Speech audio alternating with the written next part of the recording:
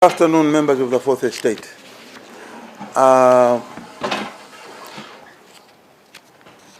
This is the Senate minority reflection on the first and second sessions. The Senate had scheduled a retreat for all members today, Monday the 4th of March 2024, at the Agel Grand Hotel in Nairobi, under the theme reflecting on the first two sessions of the 13th Parliament and drawing a roadmap for the remainder of the term.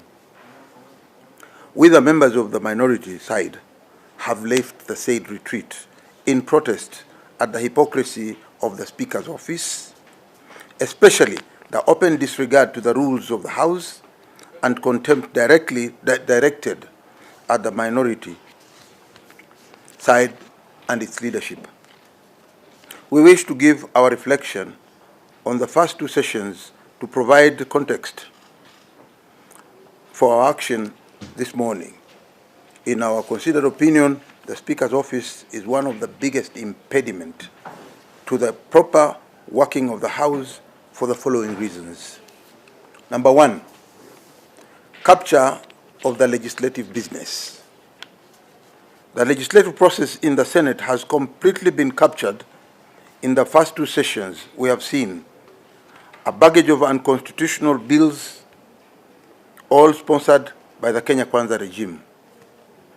The Constitution, under Article 96(2), requires that the House considers and debates all legislations relating to devolution.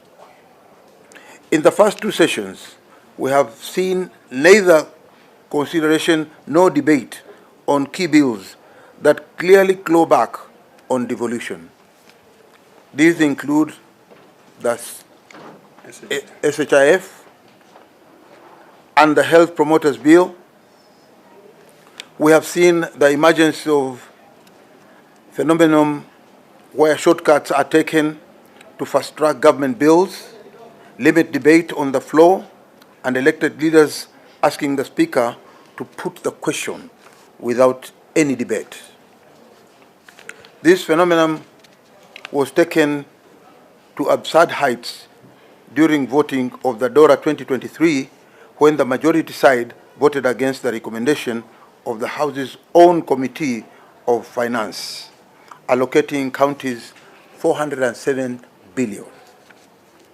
In the same breath, private members' bills sponsored by the members of the minority have faced a myriad of frustrations, including undue delays to the pre-publication stage, publication and processing at the committee stage, not to mention scheduling for debate. Our members have also complained of outright plagiarism and hijacking of their legislative ideas by various ministries. The best example of this is the Digital Health Bill, initially sponsored by Senator Hamida Kibwana. This is part of the reason we saw no point of participating in today's retreat, when it is clear this pattern will continue in this session. There are a number of manifestly unconstitutional bills currently before the House, including the Water Bill and the Housing Bill, amongst others. Number two, unconstitutional limitation of the representative powers of the members. The Speaker has made it impossible for members to present matters affecting the electorate for debate on the floor. This is done in various ways. Firstly, the Speaker has repeatedly and without legal justification refused to approve questions and motions sponsored by the members of the minority. In this last session, motions to censure the Cabinet Secretary, Moses Kuria, for his attack on the media, the Inspector General of Police for his conduct during the opposition protests, and many others were rejected in order to protect the image of this regime. We have also seen well choreographed attempts to stifle debates on the floor through the unequal application of the standing orders. Some members of the Speaker's panel appear to be under instructions to allow numerous and repeated frivolous points of orders whenever a member of the minority is on the floor. There was also disproportionate meting out of harsh punishment for alleged transgression by members of the minority without even leaders being thrown out of the slightest infraction. The latest such incident involved Minority Leader Stewart Mazayo with Senator Veronica Maina presiding. Despite a formal complaint written to the Speaker on the conduct of Senator Veronica Maina, the Speaker has neither acted nor even had the courtesy to respond to the complaint.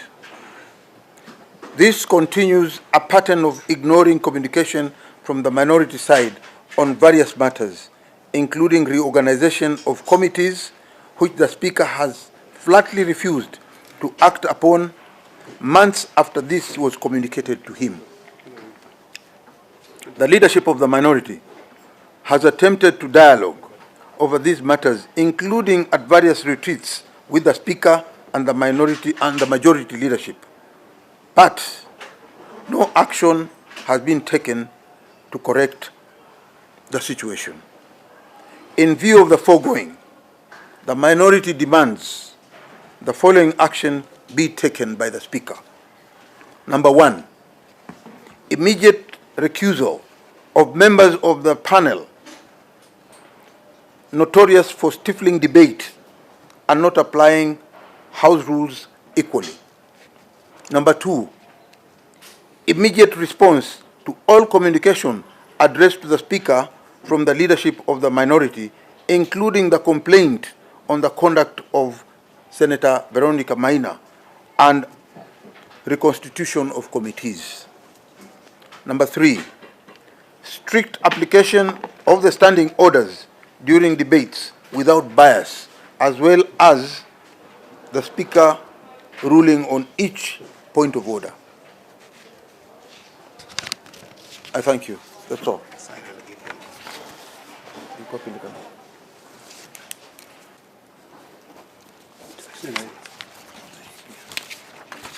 What's the date? What you can do, what you can do, you can summarize because the rest have come. You can just summarize briefly the issues, and then you go to the menu. In summary, in view of the foregoing, the minority demands. Lay the foundation, and then you get into the just say they've been prominent to the Speaker's office. Slowing down the work of the minority side. View is that we've had a bit of some issues and problems with the Speaker's office and his panel of the panel of speakers, particularly with regards to the conduct of debates in the House, where debates are not being done in a balanced form. It's in that regard that we have decided to put these complaints forward, because we have realized that they cannot be sorted out from the Speaker's office. They can only be sorted out when we tell them through the public. In that regard, then, I would like to summarize. Just talk. Yeah? Just talk, don't read. Yeah. I just want to summarize and say that we have told the Speaker, first and foremost, to respond to the letter that we have written to him. The letters that we have written to him, that he should respond and tell us exactly how he feels about our complaints, because we have written quite a number of complaints to him. Pardon? Yeah. Particularly, these are issues on constitutional bills, which are before the House and which have not been responded to. I will give the opportunity to my colleagues who in the leadership to also respond to one or two of the issues. Kulikuweko na kongamano leo la nyumba nzima ya Senate katika kaunti ya Nairobi, hoteli ya Aja, ili kuweza kutathmini utendakazi wa bunge hili kwa mihula miwili ambayo imepita tangu tuchaguliwe kama wabunge wa Senate. Na sisi kama wale walio wachache ndani ya bunge hilo tumeondoka kwenye mkutano huo kwa ajili ya unafiki ambao tumeona ndani ya bunge hilo na uongozi wa bunge, haswa afisi ya Mheshimiwa Spika, ya kwamba hatuwezi kuketi kuzungumza maswala wakati ambapo sisi kama viongozi wa walio wachache na walio wachache wote hapa wanadharauliwa na kutosikizwa wakati ambapo tunaibua maswala muhimu kuhusu utendakazi wetu. Na tumeweka wazi maswala mawili muhimu. Jambo la kwanza, katiba ya Kenya inatupa sisi nguvu za kutunga sheria ndani ya bunge. Lakini tunataka tujue kwamba wananchi wajue kwamba nguvu hizo zimetekwa nyara katika bunge la Senate. Haiwezekani kwamba viongozi hawa waweze kuleta miswada mbele ya bunge hili ambalo linaweza kusaidia Wakenya. Jambo la kwanza kujua kuhusu ili swala la miswada ni kwamba ukiangalia mihula miwili ya bunge ambayo imepita, the first session na second session, kumekuwa na miswada mingi sana ambayo inaletwa ambayo inapelekea kukandamiza ugatuzi. Na linalofanyika wakati miswada hii inakuja, kwanza inaharakishwa sana. Kwa mfano kwa sasa kuna mswada wa nyumba mbele ya bunge la Senate. Tungependa kwamba kuwe na public participation katika counties zote. Huo ndio msimamo wetu kama walio wachache. Lakini utakuta kwamba yule mwenyekiti wa kamati ya housing hataki kufanya public participation katika county zote. Na sisi tumesema on the record ya kwamba lazima public participation ifanywe. Number 2, kuna hili swala la wabunge wa walio wengi. Kila wakati hawataki kuwe na mjadala pale bungeni, kwa sababu katiba inasema lazima tutathmini zile miswada na tuweze kufanya mjadala. Bunge ni nyumba la mjadala, lakini unapokuta kuna wengine ambao hawataki mjadala uendelee, kila wakati wao ndio wenye kumuhimiza spika kwamba kila seneta badala ya kupewa dakika 20 kufanya mjadala ati tupewe dakika 3 tu. Na unavyoona hawa viongozi hapa ni watu wasomi, wanaelewa hiyo miswada na wana mengi kusema kuhusu miswada hiyo. Kwa hivyo tumeona kwamba kuna shida pale, ya kwamba kuna shida ya kuzuia mjadala ndani ya bunge la Senate. Number 2, wakati ambapo sisi kama viongozi wa upinzani haswa tunaibua miswada tofauti tofauti, unakuta kwamba kwa mfano tumetoa mfano wa Mheshimiwa Hamida Kibwana ambaye alipendekeza mswada kuhusu mambo ya afya ya kidijitali. Mswada huo pasi na yeye kuambiwa ama kujua, ukachukuliwa na Wizara ya Afya, ukageuzwa kuwa ni mswada wa kiserikali, ukakimbizwa pale ndani. Kabla Hamida Kibwana kujua, anakuta kwamba kwenye standing orders ama order paper mswada huo umeletwa na si ule wake bali ni watu wengine. Wizi wa wazi wa mawazo ambaye yanatokea kwa viongozi wa upinzani. Alafu swala la mwisho kabisa ni kwamba mimi nilipochaguliwa na viongozi hao wote walipochaguliwa, katiba inatupa mamlaka ya kuwakilisha wananchi.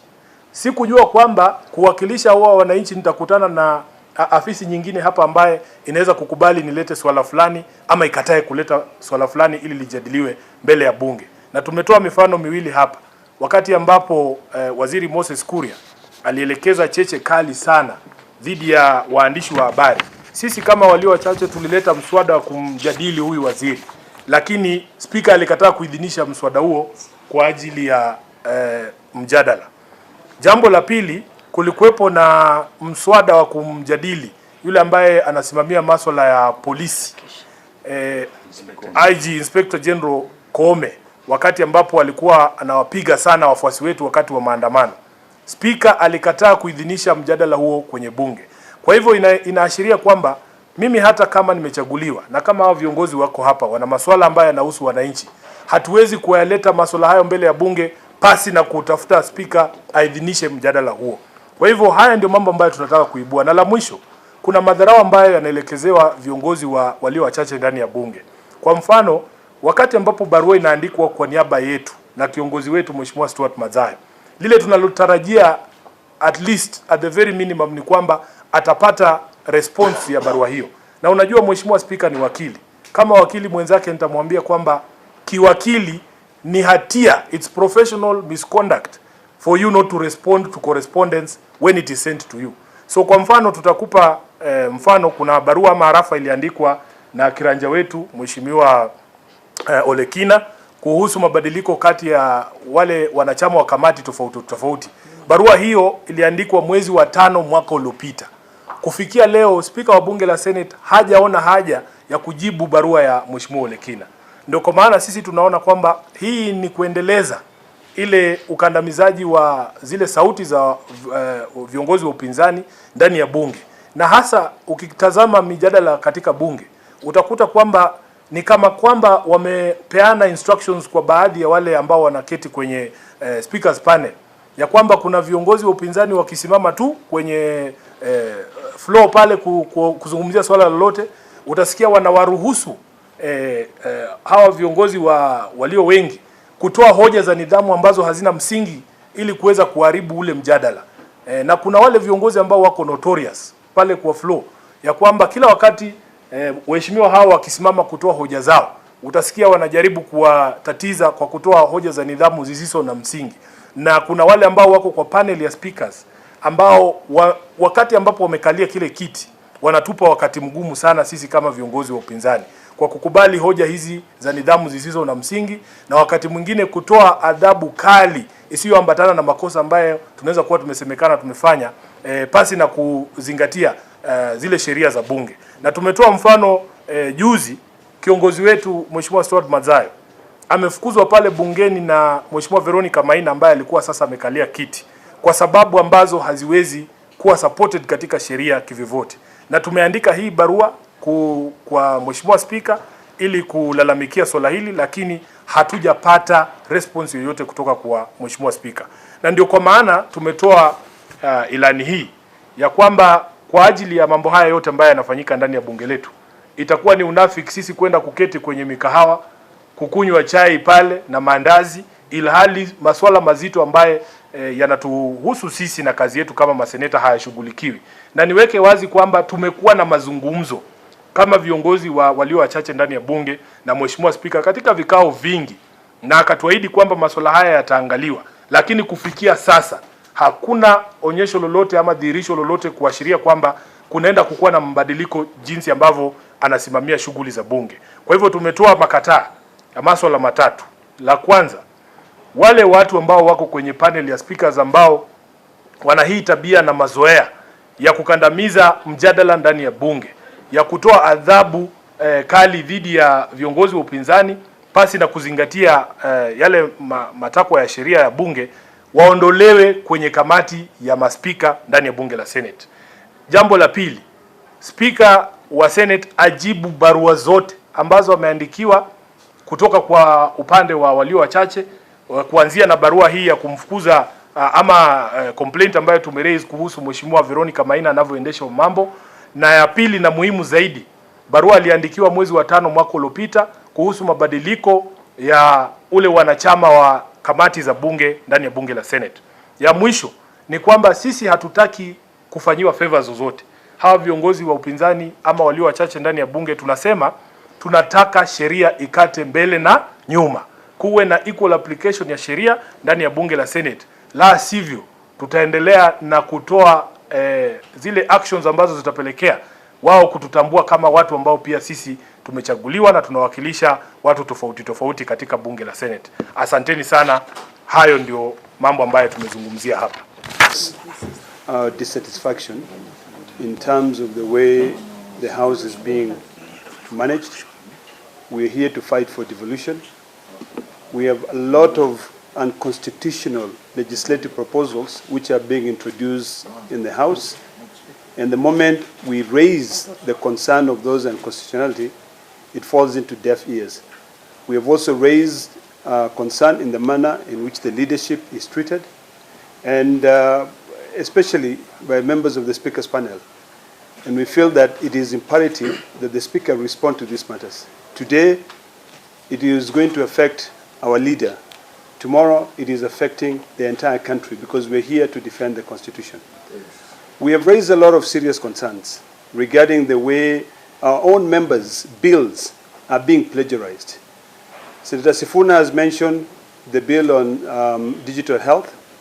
There is also a second bill on the public finance management, which is also drafted by the same senator, Senator Hamida, who spends sleepless nights doing research to be able to come up with a legislative proposal. But the moment she submits the proposal through the processes of parliament, one way or the other, it lands into the hands of greedy hyenas waiting at the executive, so that they can be able to plagiarize, change the name. And in fact, if you take Senator Hamida's legislative proposals and you look at the other ones, it's apple to apple. You compare everything. The only thing which is different is the name of the sponsor at the bottom. So we just want to call upon the Speaker to be able to lead this House in a manner which is equitable.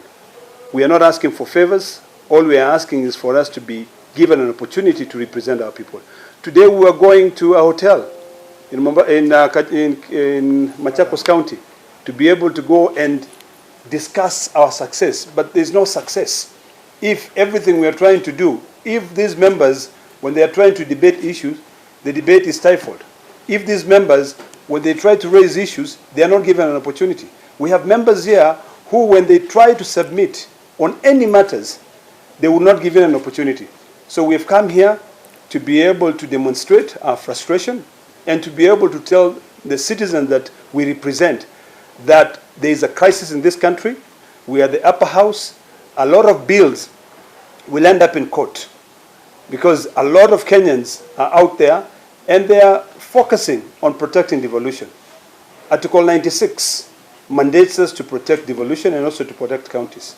Now, if we cannot question a bill that has to do with housing, if the two speakers of the two houses cannot concur on that bill, on whether the matter concerns counties or not, and then the matter goes to the counties, it will affect our counties. The water bill, water is devolved. So what we are doing here is that we are trying to defend the Constitution. And that by doing so, our debate is stifled. By doing so, our leadership is kicked out of the House. So what do they expect us to do? So that is the reason why we are here today. Thank you. They can take copy. It's likely to play out again. What is the way forward? We, Yes, answer. that the people out there who brought us here have a right to participate in this housing bill. And they have a right to ask questions. They have a right to also be told exactly what to expect. There must be consultation amongst all of us with the citizens. And that is why we are here in this House. So the issue of taking a shortcut, this is where a point of departure with the minority side comes in. Maybe you want to add something? So, Jeff, they say that they have their say and the majority will have their way. We stand here knowing that the people who are against devolution in this House far outnumber those who defend devolution. As the whip will tell you, in the minority side, we are only assured of 16 votes to defend devolution. But at the very minimum, the Speaker must allow debate. They must allow us to represent our people by making sure that all the concerns about this bill is tabled. So when you see a situation where, instead of allowing us to have our say, the first thing the majority do during debate of a critical bill like that housing bill is to come and limit debate and say, instead of the 20 minutes that is allowable, everybody should just debate for 3 minutes. And they are just waiting to vote. So the voting is not the only thing. If you look at Article 96, it requires us to consider. Consideration of a bill does not happen during voting. No. You consider first, then debate, then you pass. So those two early stages is what we are saying are critical. During consideration of the bill, the voice of the people has to be heard. During consideration of the bill, the voice of the representative of the people must be heard. And during debate, they must allow us, although we know we are outnumbered, and Kenyans know we are outnumbered, they must allow us to put on the record the concerns and the objections of the people of Kenya on those bills. That is not happening. That is why we are saying the stifling of debate. There is one thing. In bill, the Senate and the National Assembly are different houses.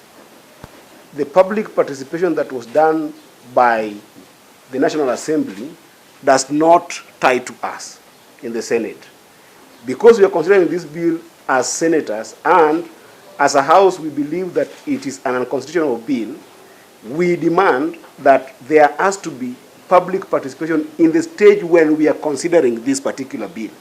So that we demand that all the 47 counties must pronounce themselves on this bill in terms of public participation of Mwananchi during the time that we are considering this particular bill. That is the way forward.